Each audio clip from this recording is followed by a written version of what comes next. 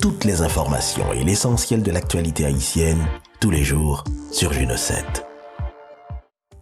Très tôt, le jeudi 23 janvier, les autorités policières et judiciaires de la ville des Cayes ont arrêté César Diène, alias Kirikou, l'un des chefs de gang les plus recherchés du département du Sud. Traqué depuis un certain temps par la PNH, Kirikou s'était caché dans des quartiers reculés de Torbec.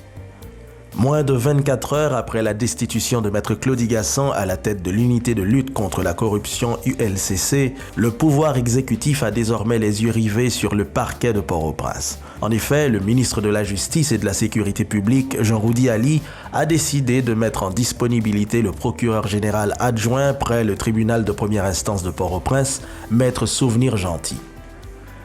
Dans un rapport annuel récemment publié par Transparency International sur la perception de la corruption dans 180 pays à travers le monde, Haïti figure une fois de plus sur la liste rouge des pays ayant l'indice de corruption le plus élevé. Classé 161e l'année dernière, les résultats sont encore peu optimistes pour Haïti, qui occupe cette année la 168e place sur 180 pays avec un score de 18 points. À l'issue d'une rencontre hier, jeudi 23 janvier, entre Guy-Gérard Georges, secrétaire général de la Chambre des députés, et la directrice de l'Institut national démocratique pour les affaires internationales, NDI, Jane Hurtig, le secrétariat général de la Chambre des députés nous a informé dans une note que ces rencontres seront bénéfiques pour la Chambre des députés. Et cette coopération va aider le secrétaire général à mieux mener la Chambre puisqu'il est garant de la bonne marche de l'institution. Et l'on espère une meilleure préparation pour la prochaine législature, ajoute-t-il. Toutes les informations et l'essentiel de l'actualité haïtienne, tous les jours sur Juno 7.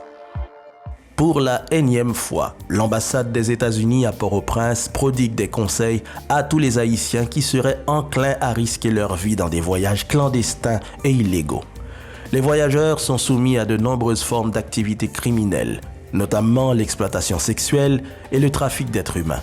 Ils peuvent également perdre leur argent et leur énergie, prévient l'ambassade dans ce message de sensibilisation.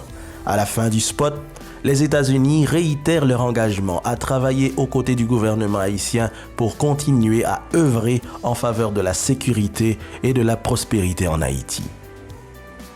Face à la remontée de l'insécurité en Haïti ces derniers jours, le nouveau président du Sénat appelle les autorités de l'État à travailler ensemble pour lutter contre ce fléau. Il invite également à sévir contre les importateurs de munitions.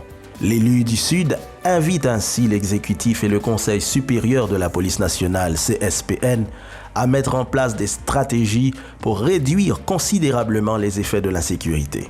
Saluant les efforts de la PNH, François Sildor se dit conscient que l'institution manque de moyens. Il invite donc le CSPN à doter la PNH de moyens adéquats pour poursuivre son travail. Toutes les informations et l'essentiel de l'actualité haïtienne, tous les jours sur Juno 7.